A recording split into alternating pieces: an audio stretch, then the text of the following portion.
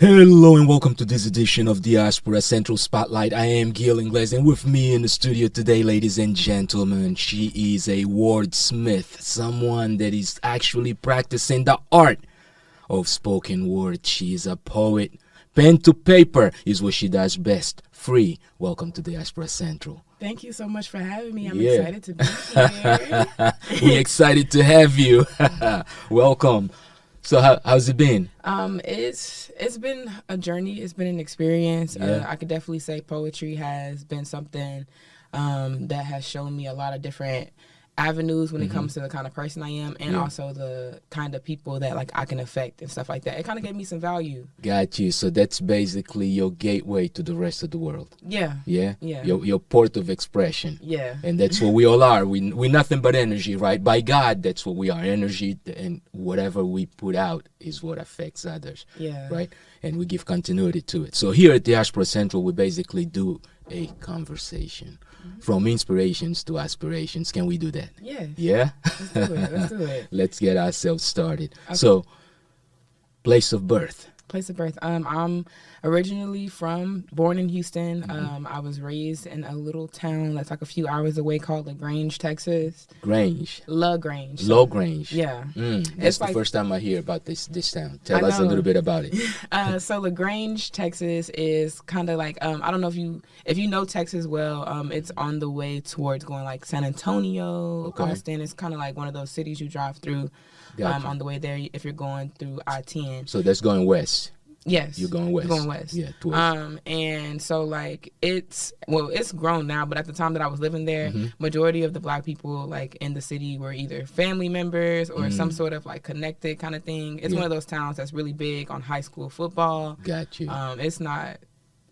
There's no mall. Oh, There's okay. no, like, you have to go to the next town over. So how did you survive I enjoyed it. without a mall? I didn't need it. No, I didn't didn't realize. Yeah, I didn't need it at I'm the just time. I kidding. mean, life is different now. I'm just poking fun. So, Like, I didn't I'm just poking fun. No. So how long did you live at LaGrange? I was there. Is that where you went to high school? No, I didn't go to high school there. No. I came back to Houston before high school. Got you. Came back to Houston before high school. Yeah. I was there for because we went back and forth a lot. So I stayed there for about 6 years, and Okay. we came back to Houston.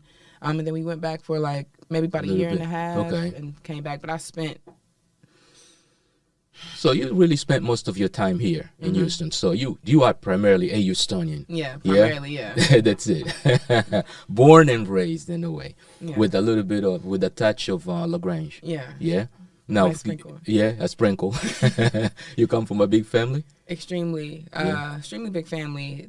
So my family is blended too. I kind of just learned that recently. We have a lot of, how would I describe them? I don't know. We just have a lot of different strings from Got you. everywhere when it comes to the size of my family. And our family reunions, I feel like every time I go, I'm meeting Got- somebody new, but everybody's known them the whole time. So I'm just just Yeah. figuring it out, honestly. Yeah. But as far as my immediate family goes, I'm the oldest of 5, Okay. and I'm the oldest of I think 11 grandchildren. Oh, okay. Yeah. Oh, so you're the first in Yeah. line. All right. So you hold the crown. Yeah. Right, because you know that in African heritage, normally, and are you the child, you the first on both sides, father and mother, or just Yeah. on both sides, On father both sides, and I'm mother, the right? first. Yeah, because normally on mother's side, then you the crown bearer. Okay. Yeah. Yeah. That explains all the responsibilities I have. Jesus. Yeah, Jesus. you get all the beatings. Well, I will say this. I definitely did my best to evade getting. I didn't get in trouble a lot growing No. up. Yeah. The thing that got me in trouble the most is the thing that makes me money now, and that's Oh, there you speaking, go. talking. That's it. Yeah. Like, Your mouth will get you more in trouble than anything else. yeah. Yeah. So does. let's talk a little bit about the family, though. You said the oldest of 5. Yeah. What are they? Majority boys, girls? No, it's mostly girls. We have one boy. Oh, okay. He's the youngest. Oh, wow. Yeah, he's the youngest. There you go. So now you can give us names if you want to. Okay, so my mother named us all J names. Of course, like my artist name is Free. So it's me, Jada. Then it's Jaya, Jador, Then in between Jaya and Dora, I have another sister named Unique. And then my little brother Jarius. Okay. Yeah. So all of you guys are named with a J. Except for my sister in between. For the A. Her name starts with the O. Oh. Yeah. Okay. And what is it again? I'm Unique. I'm Unique. Yeah. Okay. Wow. And do you Free, is that your stage name or that's your actual name? No, it's not my actual name. Okay, that's your stage name. I mean, it might as well be at this point. That's like your my artistic family, name. Yeah. Yeah. Okay. So your name also starts with a J? Yeah. Yeah, it does. The J family. Yeah. Yeah. My mom's name starts with a J too. So. Oh wow. Yeah. And what about your pops? Nah, he has a T. Oh, he has a T. Yeah. Okay, you can give the name also if you want to. No, I'm not gonna talk about my dad. No. He's where he is. That's the whole story. Yeah, it's okay. not a whole story, but it's a nice little anecdote. Oh, is it? Okay, because here at Diaspora Central, that's what we do. We kind of unpack little small things. We just have conversation and we make sure that we're comfortable. If you comfortably can talk about it, feel free to do so. But if not, also we totally respect and understand it. Yeah, indeed.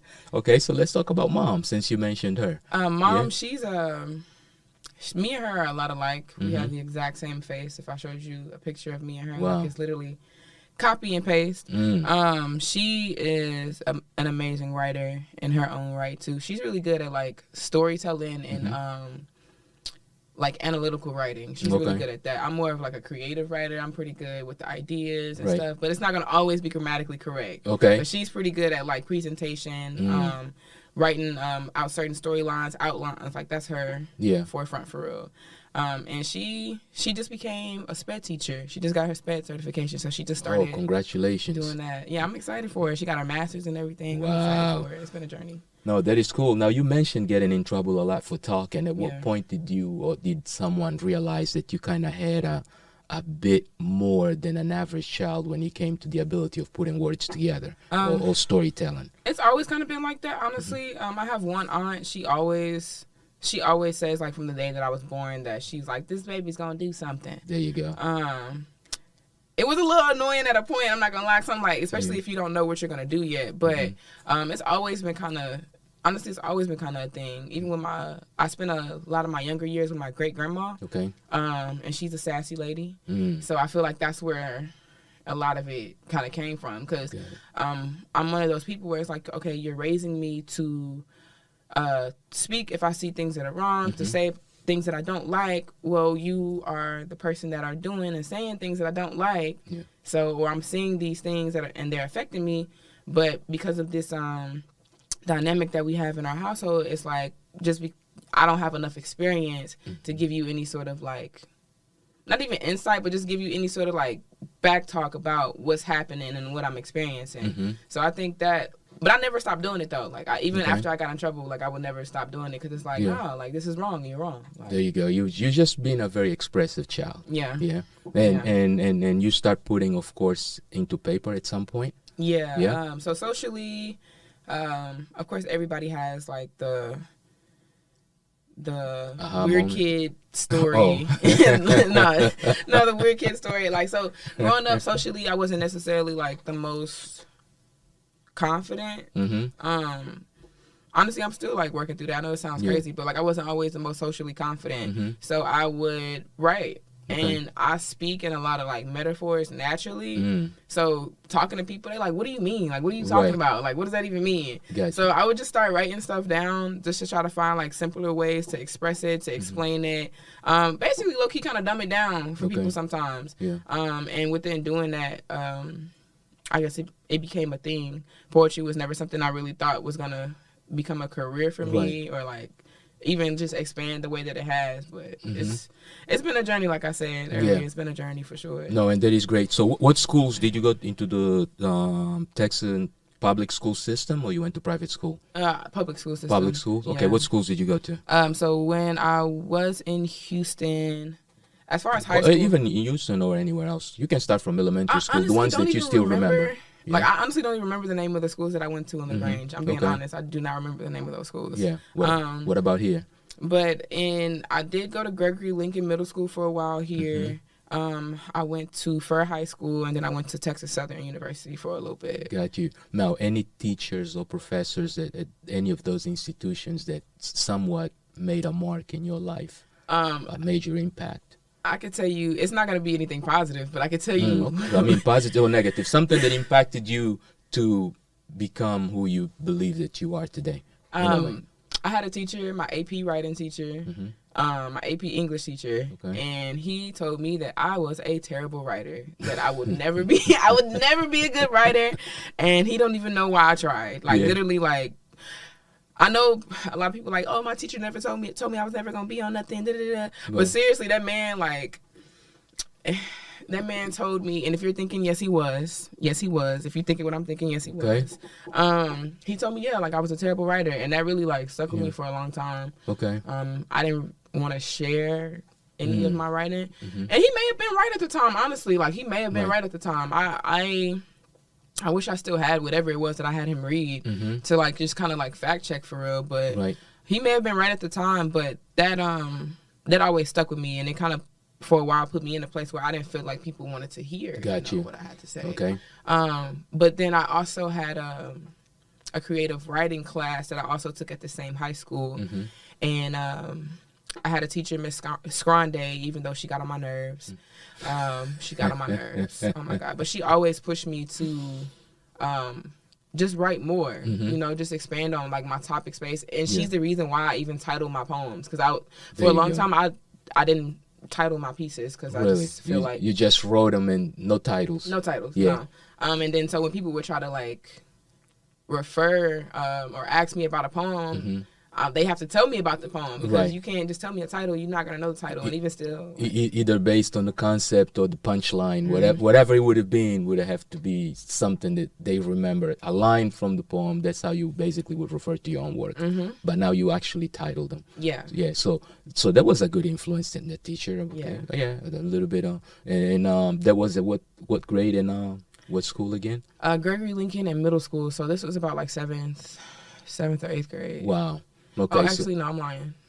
Not that one. She was in high school. She was in high school. Yeah, that was like 10th or 11th grade when I actually started.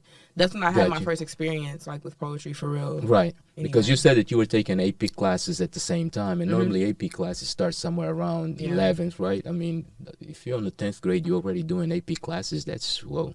Yeah, I was a pretty smart kid. Yeah. I had great. You were or you are? I am a smart young lady. I am a smart young lady. I'm just poking fun. No, I like it. Yeah. It seems like you got my sense of humor. Nah, it's always a good thing, because that's what we come here for. We come here really to just unpack our lives, to kind of share a little bit of ourselves with the rest of the world, so that they can actually understand and we can understand each other, right? All right, so let's go into our first break, and I don't know, I'm sure that you probably have some content that you can share with our audience. So let's go into our first break, something that has to do with poetry or maybe spoken word. For those of you that just tuned in, you're now listening to Diaspora Central Spotlight, and our guest today is Free. We'll be right back. When did I become a product? A foreign object marked with reasons on why I'm different, why I'm not from here, a black doll. I come gifted in a box with a bow. I come with accessories, a t-shirt with my face on it, only to be remembered for a day. Even when my skin looks pure, these invisible tattoos I still carry. Fate etched by the needles of stereotypes and statistics I have been formed. Imprinted with product labels, deemed unstable for you, stuck in the shelf life my whole life. I've been running out of time. I'm pushing to grab things, I'm digging through dirt, trying to find gold mines, but see, this issue on my tissue has showed me my time was misused. I'm dripped in ink. Scriptures cover my body to make me feel secure. Even when my barcodes, they don't understand my worth. They say your situation becomes you. What succumbs you to be this image of nothingness. I am a hazard to society. I must be punished with dirty looks, invisible chains, a mental strain, always the butt to your joke or choked out for using my own words, always trending news, but yet my success is forever pending. Let me out. Am I seen to be suspect before a victim? To be judged by peers who appear to have their best interests of mine, but leave me confined to the brick walls of my mind. I can't get an appeal like, hey. And we are back. For those of you that just joined us, we are now talking to Free in Houston, Texas. Hey. You tuned? You tuned into the Diaspora Central Spotlight, and of course, our guest is free, free, free, free, free. Yes. No titles to the poems. Unless you pay attention, you can never ask her for a poem because you won't know what the name of the poem was. Now, have you published any work since then that have actually, let's put it this way, that have actually gotten people to ask you for that specific work, and because maybe you didn't have a title, everybody gave you a different line? Yeah. I have this poem called Broken Literature. And it's actually the poem that I wrote when I was in like 10th grade. It was the first poem that I ever used to do a competition, and I never titled it. Wow. And I used to perform it all the time, and people would always call it like my dictionary poem. Or because the poem is basically about using literary connotations to describe a relationship. Okay. And that's broken literacy. Broken literature. Broken literature. Yeah.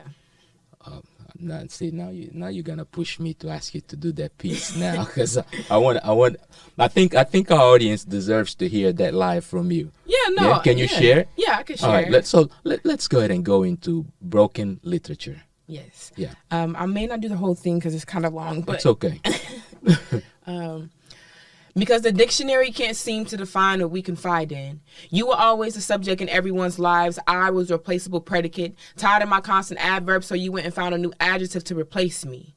We became distant. We became double space. We became a miscalculated we became miscalculated answers and inappropriate use of context. Why is your literature so hard to understand? Well, obviously, you don't understand love being the verses of hate, and like these verses, they sling hate onto a dirty, rough draft, like an exploded pen on paper with tainted. A prolonged essay, you left my paragraphs with no explanation. Control, Alt, Delete. Control, Alt, Delete. Escape. I needed to escape. I wanted to. Unlike you, leave easy. My sentence fragments, they hurt you. I still can't believe that our love was plagiarized, like unmended explanations. Please excuse my lack of concentration, but I don't understand how my commas became periods, how my exclamations became questions. I tried to extend our sentence by adding semicolons, but I still couldn't fix it. I'm gonna stop it right there. Woo! Okay. I guess that's a lot of snaps going on. But wait, Alt, Control, Deletes, Escapes, spaces, semicolons. my exclamations became questions. And what was the one with the period? My commas became periods. My commas became periods. My Wow. exclamations became questions. Now, you on the 10th grade, as you putting this thing together, let's unpack this. I want to get into that 10th grade mind that you had. Yeah, I was a different girl, man. I missed that girl. So, first, let's start the concept and the conceptualization of this. What happened that placed you at that? I mean, had to be something huge. I'm still very emotional, honestly. I'm still very emotional. I'm still very like moody. But then like I'm a teenage girl, so I'm just like everything is just super heightened. And like honestly, I don't think so. This is how I even started writing the poem. There is a poet named Outspoken Bean. He's a former Houston Poet Laureate now, but at the time he was my teacher in this dance class I had. I know it's gonna sound crazy. Okay. This is a crazy story, but just follow along.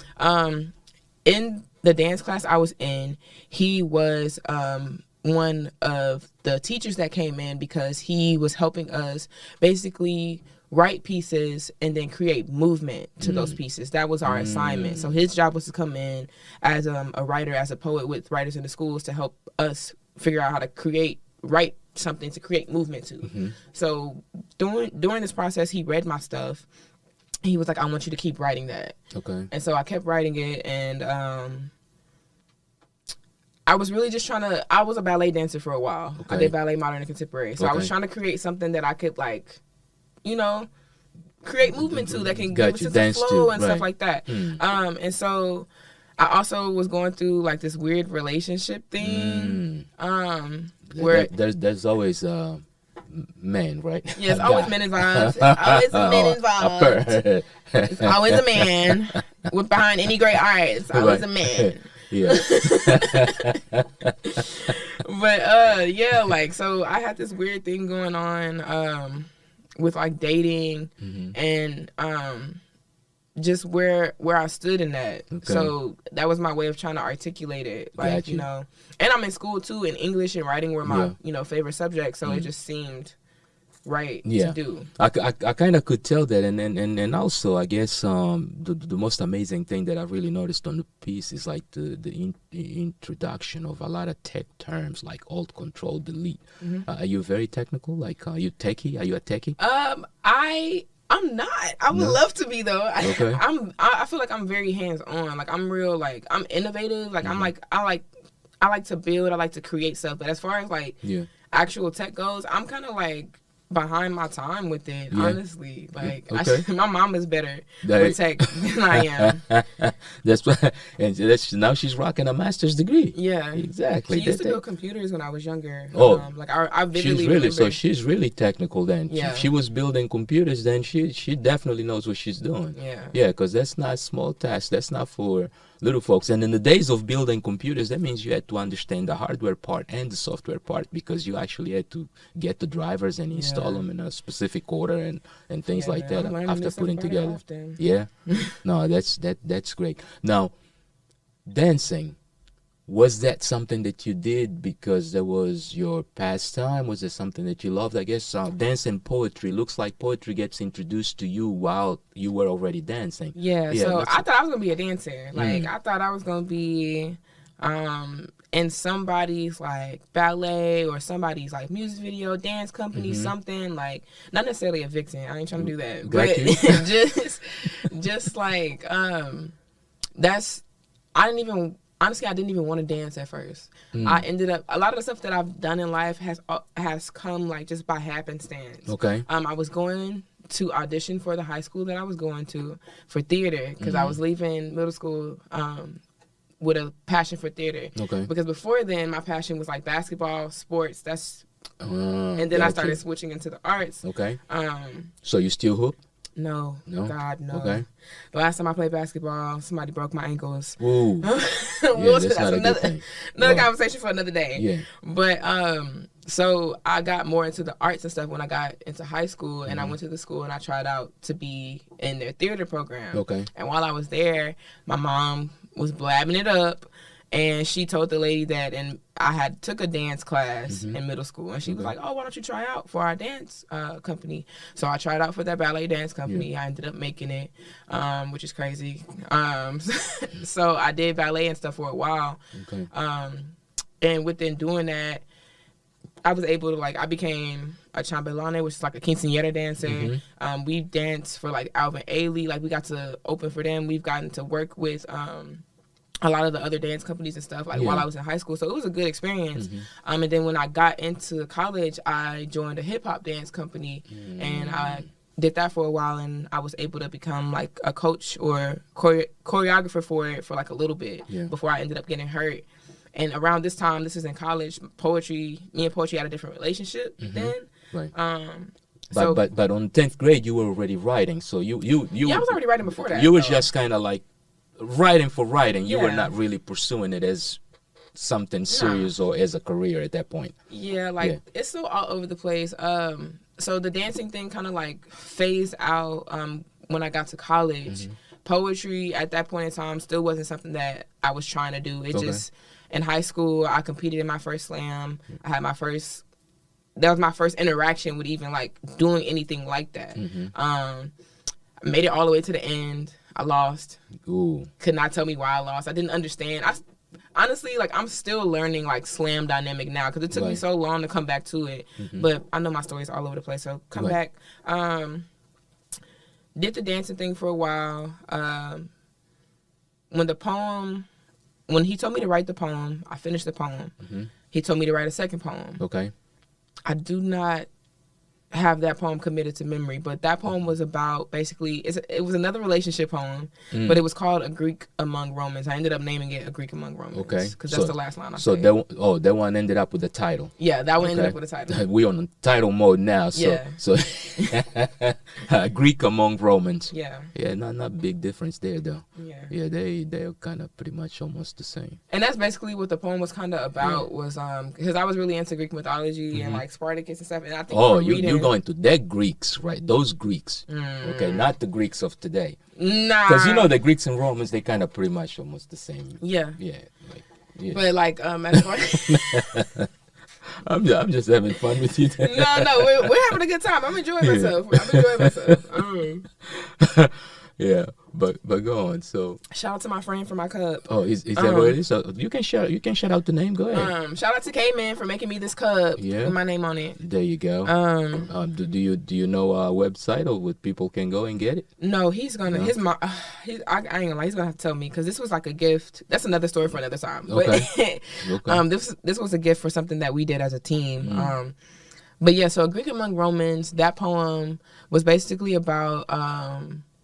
I'm dating this warrior, and he's supposed to be like this big guy, but you let these people come and take you and put you in shackles, and this whole time I'm thinking that like you're a Spartacus, that you're gonna, that he's got you down. Yeah, like you're gonna run through, you're gonna save me.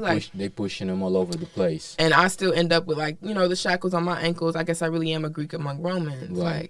So it's one of those things where I'm still being mistreated, even though I thought whatever. You were beyond and above all protected by. Yeah. Wow.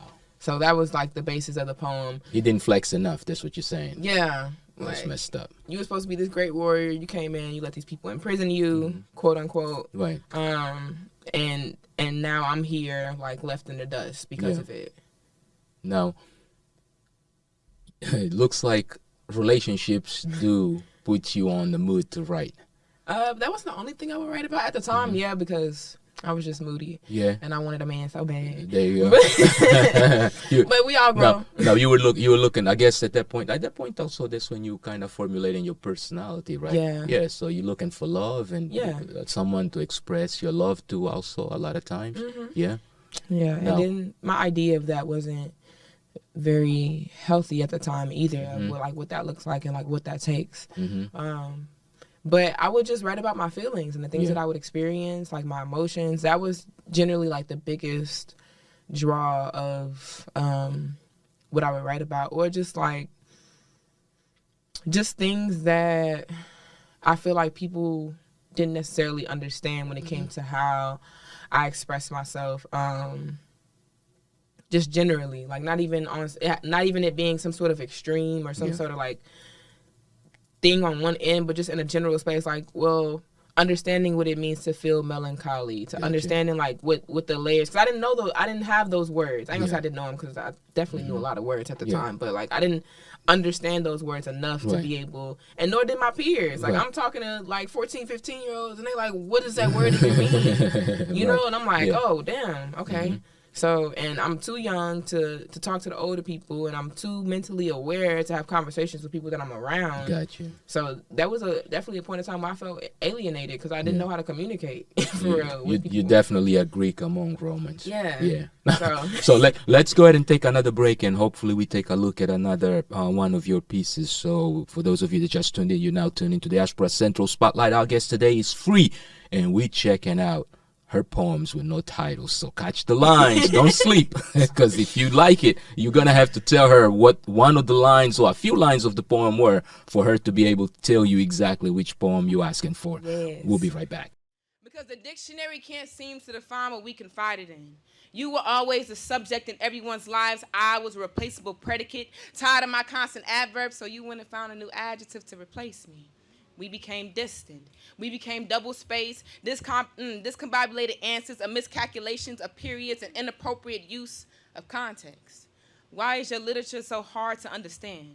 Well, obviously, you don't understand love being the verses of hate, and like these verses, they sing hate onto a dirty, rough draft, like an exploded pen on paper with tainted. A prolonged essay, you left my paragraphs with no explanation, Control, Alt, Delete. Control, Alt, delete, escape, escape. I needed to escape. I wanted to, unlike you, leave easy. My sentence fragments, they hurt you. I still can't believe that our love was plagiarized, like unmended explanation. Please excuse my lack of concentration, but I just don't understand how my commas became periods, how my exclamations became questions, and I tried to extend our sentence by adding semicolons, but I still couldn't fix it. And we are back. For those of you that just joined us, you're now tuned into Diaspora Central Spotlight, and our guest today is Free, as I mentioned before, but for correction purposes, remember that the name is actually FREE.K. So don't just search for Free, but yes, for FREE.K. Now Free. Yes. .K. So at one point you decide that you gotta commit to poetry. When I lose my job. Which job was it? I was just like it was during COVID. I ended up getting a job as a cashier. Okay. Granted, there were other moments before this moment, but this was the defining moment. Yeah. I was working at Beck's Prime as a cashier. And the location that our job was in, they sold the building. Oh, wow. Like, they just sold the whole building. Wow. And so they laid everybody off, but they told us that if we wanted to, excuse me. Excuse me. If we wanted to continue to work for the company, like, we could, they could just put us at a different location. Okay. And, like, prior to that moment, I kept saying that I was going to quit. And I'm like, because poetry started picking up for me around this time. I had just won like my first national competition and stuff, and I'm getting booked more as a host. Yeah. So what was the title? What was the title of the first competition that you won? Nationally ranked female poet, top 10 nationally ranked female poet. Oh, wow. Yeah. That's big. Yeah, that was my first time ever doing anything like that. And shout out to Poetry Live, aka Sharika. She was at the time somebody who gave me an opportunity to do that. Me and her didn't even know each other.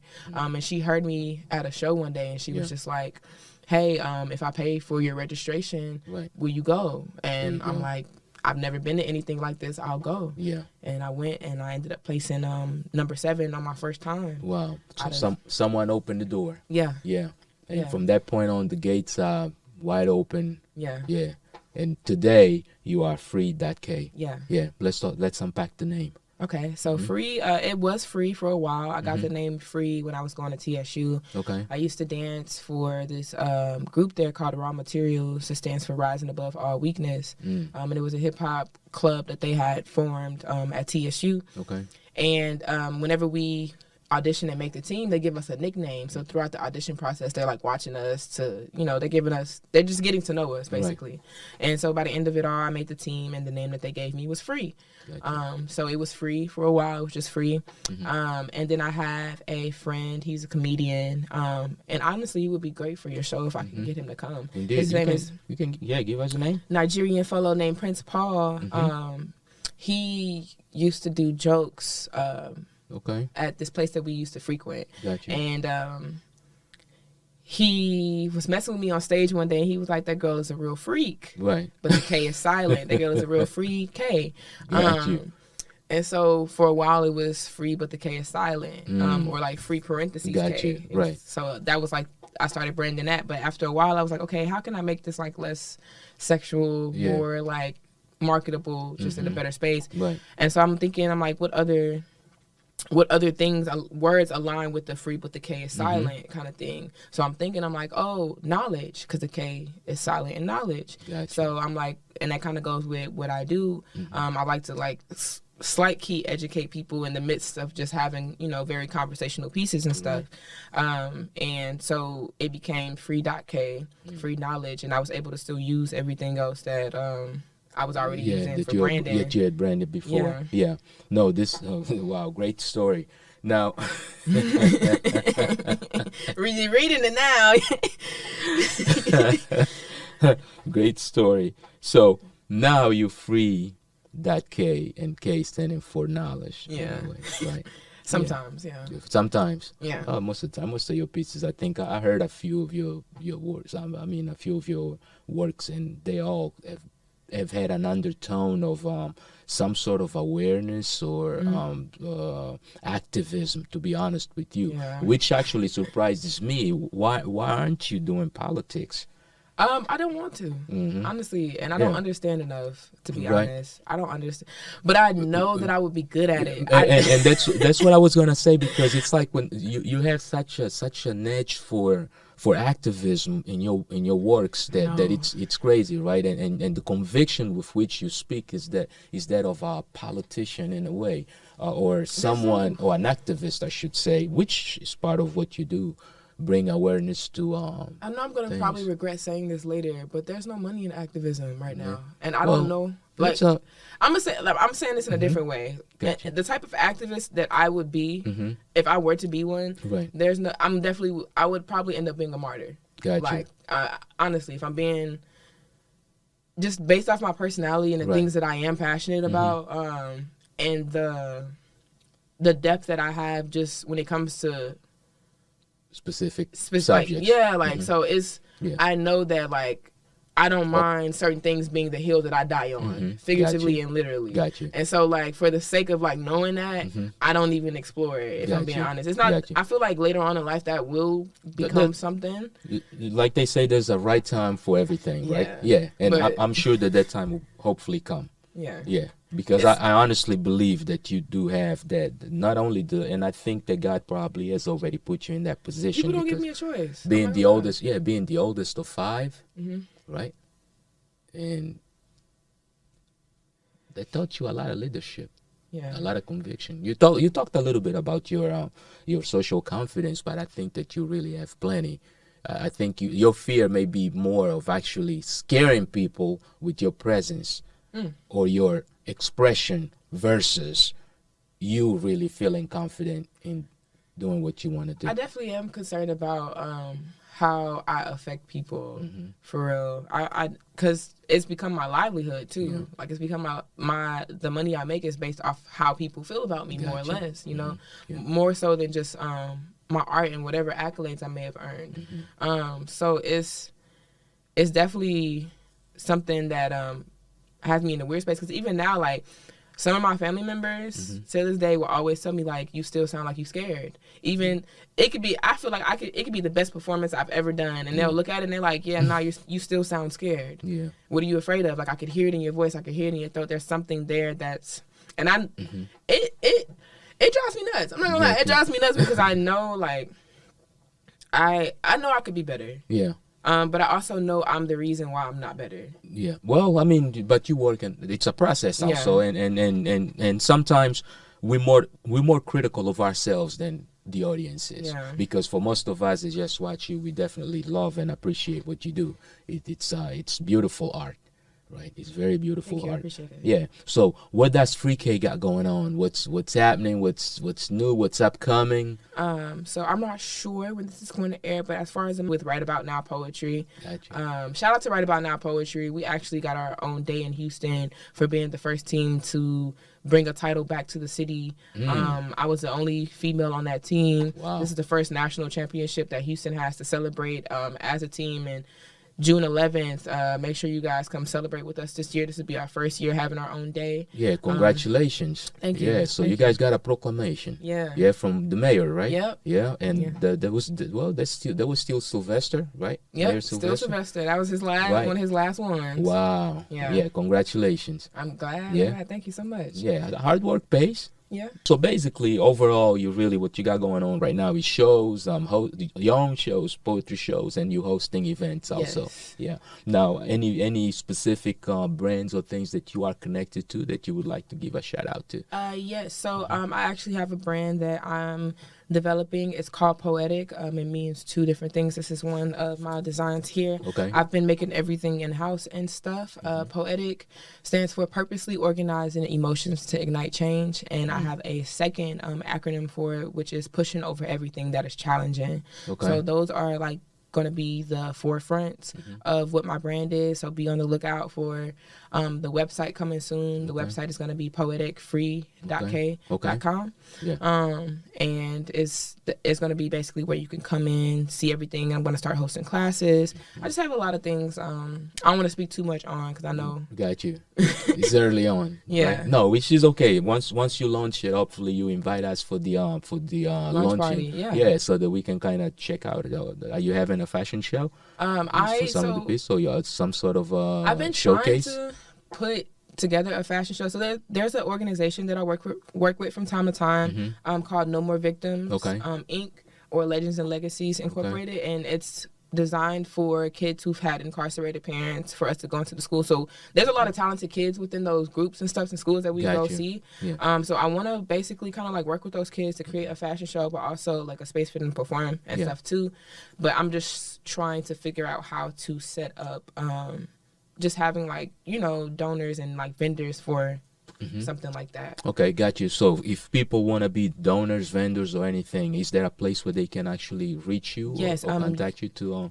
So if you would like to email me, which email do I want to use? If you would like to email me, you can use, I don't want to use this one, but this is the one I check the most. IntelligentJada@gmail.com, and you could also check out legendsandlegacies.com, and you should be able to have a space there where you'll be able to donate. And you can do like clothes, toiletries, and things like that. We take all types of stuff. Okay, there you go. And I remember I told you that your activism really surprises me that you're not a politician. It's not just reflected on your work; it's even on the other things that you do. Yeah. Now, so now, and for people that kind of want to be introduced to your work, where would they go? Where are your Instagram handles? Your social media? So my Instagram handle is FREE.K_. If you would like to look at me on YouTube, you could check out Right About Now Poetry's page. They have a lot of videos, or you could just search FREE.K Poetry, and you should see me. And if you are privy to Facebook for whatever reason, my Facebook is going to be FREE.K, or if you're trying to search me, I think it's FREEKAYY, just as far as like the username goes. Got you. Now, you mentioned that collective a lot of times, several times. What's the name of the collective? Right again? About Now. Right About Now. Yeah. Tell us a little bit about Right About Now. So Right About Now is a poetry collective that I've had the pleasure of working with and alongside, who is ran by Amir Safi. They have been going strong for about like 9 years now. They've been doing every Wednesdays at Avant Garden, damn near rain, sleet, or snow. Okay. And are they Houston based? Yeah, they're Houston based. It's Houston based. They just started doing shows in Austin as well. I think on every first Saturday. Okay. And he has contributed a lot to like my growth as a poet, and just kind of opening my eyes up to different opportunities and things, because through the organization he's able to sponsor different poets to have certain opportunities that we may not have necessarily known about. Okay. You know. Yeah. Now that's 9 years. I mean, going into 10 years, that's a long time to do something like that. And they have that specific day. What day of the week is it that they Wednesday. are? Wednesday every nights. Wednesday night. Every Wednesday, from 7 to 10. And what's the name of the venue again? Avant Garden is the name of the venue. Avant Garden. Okay. It's a historic venue. Okay. What part of the city? Midtown. Midtown. Okay. Yeah, Westheimer. Yeah. So just for people that kind of want to go. Check it out. It is an outside event, y'all. It's outside. So if you ever do decide to come, make sure you are dressed for the elements. Got you. So that's a big. But thing. it's a nice event. Yeah, it's a nice event. Yeah. It's nice. It's okay. a good time. Good to know. And that's one place where they can actually see you. Yeah. Right. Yeah. That's good to hear. Now, anything else that you would like to share with us? That I do like rap sometimes for fun. So I do have a song out that I made like years ago. Okay. If you want to just go listen to it, there's a video for it. It's called Dope Chick. Dope Chick. Yeah, Dope Chick. Okay. By FREE.K. Okay. It was shot by Grade A Media. Produced by Conjure Drums. Check it out. It's just some fun. All right, so let's take our last break, and go check out what's the Dope title? Chick. Dope Chick. Yeah. Check out Dope Chick in the meantime, and we'll be right back in the next let's say a few seconds. Yeah.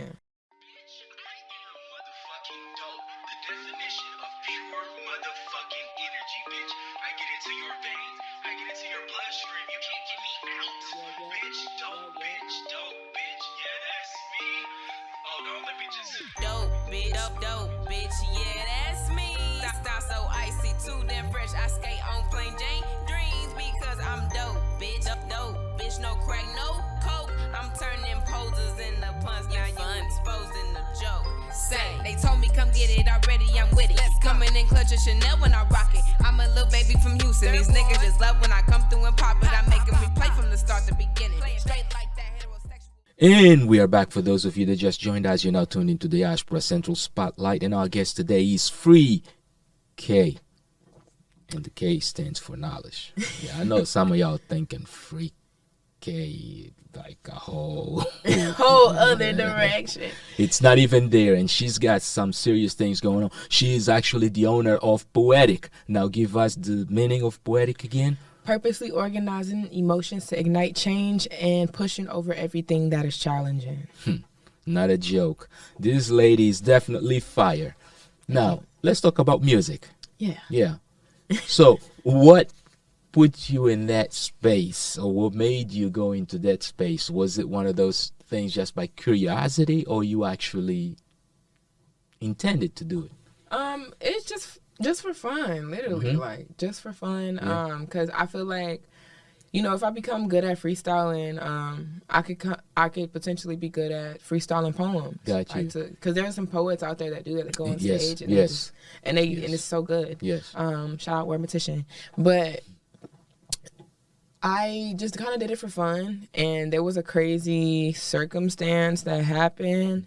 I ain't gonna tell that story yet. I'm not ready. I gotta wait till I get a little bit more famous to tell that story. Okay. I gotta wait till I'm a little bit more famous. Is an expensive story, huh? Yeah. Yeah. That's a good thing. Yeah. Sometimes you gotta know. See, that's when you actually gauge intelligence, right? Yeah. By knowing what to tell now and what to wait until later when it actually people pay you to tell stuff. Yeah. But because that story. We're still gonna try to get the story. So what happened in the story? Long story short, there was a man involved and a woman this time. Okay. So it was not you directly. No. So you a bystander. No, I'm you part of the characters of the story. I am a part of the characters of the story. Okay. Yeah. So go on. I'm sorry. I didn't mean to interrupt you. But don't tell the story, but kind of just give us an idea of what the story is. Idea. Okay, long story short, so I have this poem that I wrote called "I'm Not a Druggie." Okay. And the poem is kind of a parody to something that I experienced in life. Okay. And within doing that, I was supposed to write a parody song version of the poem for the poem. Like, so once the poem ends, because the poem ends with dope bitch, yeah, that's me. And that's supposed to go into like the song. Gotcha. And so it was supposed to be me and like this girl I was dating at the time and like a couple of other girls I was cool with. And we were supposed to all just like basically just make fun, like make a parody song called Dope Chick. Yeah. And it ended up becoming, they never wrote their parts. I ended up writing 2 verses. They left you hanging. Yeah, and so I started dating somebody else after, you know, that relationship fizzled out that I was in with them. Right. Started dating somebody else, and he, the song just kind of came back up. I'm like, I wrote this stuff. I never did anything with it. So I ended up recording it and this was like right when COVID first started, I think. And I just so happened to start working for this radio station too at the same time. Okay. Grade A Media, and I did we had like a radio show and podcast that we did for a while. Nice. And so I used that environment to like basically get the song made. And on my birthday, I started recording like the visuals for it and stuff like that. And that took forever. It didn't end up getting the video till like damn near like the end of the year. Wow. Okay. But you finally got it. Yeah. Yeah. and it's a nice video, by It's the way. amazing. I love it. I love the video. Yeah. I love every time I watch it. I'm like, man, that's me. It's crazy. Gave you a different level of confidence, huh? Yeah. Yeah, Yeah. you becoming now. Well, but I mean, as an MC, also being able to freestyle and move in the crowd really is part of the job. Yeah. Yeah, that's where you normally get we normally get our chops, is when you actually in front of an audience having to get their attention to embellish the Yeah, event. I miss the old dynamic between like MC and DJ, DJ. to audience. Gotcha. I feel like I kind of have that undertone Yeah. when I'm on stage MCing. You're a little bit of an old head. Yeah. Yeah. Like I feel like if granted the opportunity to like curate something that was based off of how they had parties back then, like Yeah. where the DJ would be making something and like the MC is like just rapping, and like I would love that environment. I feel like, you know, I would have really thrived in that. Yeah. I would have really thrived in that environment. Yeah. Yeah. And so I try to create that dynamic if I can with the people that I'm working with. Okay. Depending on the event that I'm hosting. Got you. Now, you on your song, the production, you actually mentioned before the production. So you wrote it, and then you looked for the music, or you got the music ahead of time and then you wrote No, I the looked music? for the music after I wrote it. So but did you have a melody in mind at all while you were writing? No, I just knew the melody in which I said the words, and even still, like I know that could change. Got you. So So at that point now, who did your vocal production for the song? Did you do it yourself or someone else? So he goes by Contra Drums now, but at the time he was the Herbal Fellow. Okay. He is the one that recorded like my vocals and did everything with the track and stuff like that. But the only downside is luckily I have a version of the song, but I'm gonna have to recreate the song eventually. I know I am. I'm gonna have to like redo the song or just let it be what it is. Okay. Because I can't go back and edit it. I can't go back and like get the beat or anything like that, because me and him don't really communicate like that no more, for one. Two, the system that he made the beat on, he doesn't have it anymore. Okay. So I wouldn't be able you can't get the multi-track any longer. Okay. So all you got is the 2-track now, the stereo track that actually plays. And I think I have like the show mix version of it, like with my back vocals. Yeah. But the bass is too loud on it. So like whenever I use it, you can. I always have to tell people, turn your bass down because it will blow your speakers. Got you. Well, but that is one thing, I guess, getting back in the studio. Maybe you can get the guys back in the studio and kind of make it happen. Yeah, I never wanted to be a music artist though. Honestly, that's like I try my best not to do things that I know I'm not really passionate about, to leave space for people who really want to do it. Which is probably the right way of doing it, but sometimes we don't know. Life happens, right? Yeah, no, that's been my life. Yeah. Honestly, like that's literally been my life with poetry. All of it, it's all been my life. Yeah. Like, sometimes you experiment things, and even at the beginning you may not feel like, oh, that's me, and eventually you find yourself in that spotlight. Yeah, but congratulations though, because not everyone can write a song, record a song, and then have a video out that people can actually appreciate, or a visual that people can actually appreciate. Yeah, it was a fun time. It was a good video. We had a lot of fun. And my mom and stuff, like you can see, I know where she is in the video, but I can see like my mom and stuff in the video. My siblings are in it, because one of the scenes that we shot it at was at a place that I hosted at for like 3 years. So everybody came, and it was my birthday too. So like it was already a lot of people there. So it was a good time. Yeah. Well, I gotta invite you to come out and hang out with us at the Set Institute Library. One of these days we do Afro Sounds there, right on the last weekend of every month. Okay. Yeah. So sometime, I guess either in March or in April, let's see if we can get you in there to share some of the poetry with us. I would definitely love to be a part of that. I've been trying to expand my horizons a little bit. Yeah. And also I realized my poems have been getting a lot of attention from other countries and stuff. So I'm just trying to figure out how to reach them. Right. Well, that's all part of the process, because remember, we no longer have that one specific old school gatekeeper. Right now you can go directly to the consumer. You just gotta be creative enough to capture their attention long enough so that one can capitalize on it. Yeah, luckily I'm not ugly, so that's a start. There you go. That's a You have a lot of good starts. Trust you and me.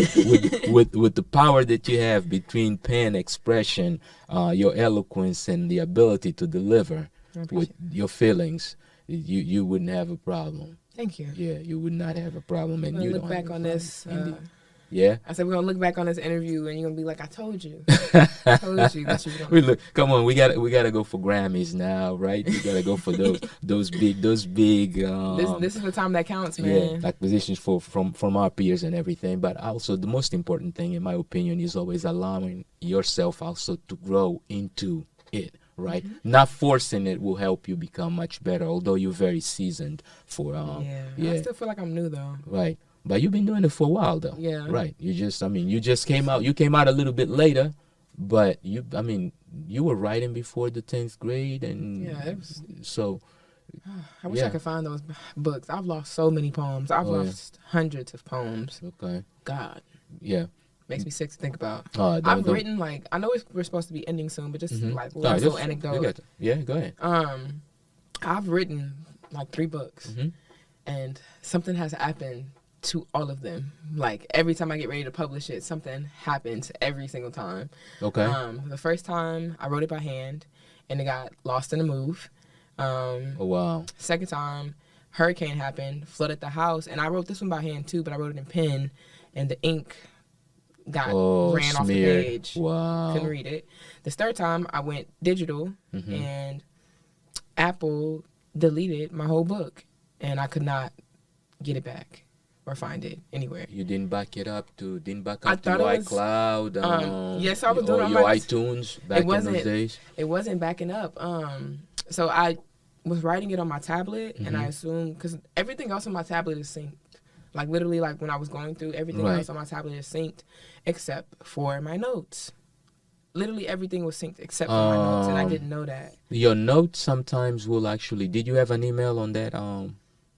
You have an you had an email on that account? Did you look on the notes for your email? I went through everything. I'm telling you, I went through everything. I called the people.